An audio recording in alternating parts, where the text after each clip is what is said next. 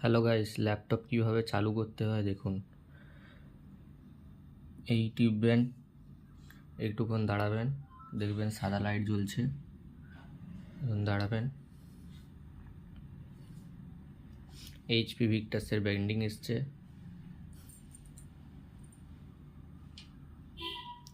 Loading নিচ্ছে।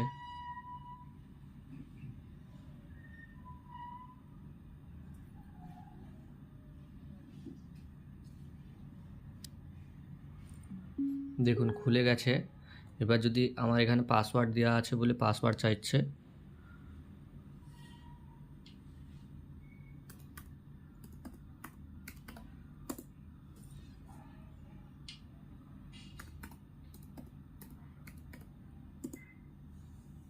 দেখুন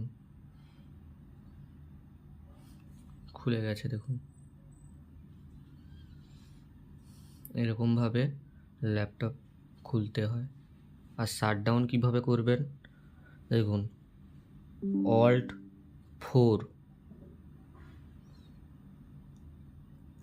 Alt4 টিপবেন।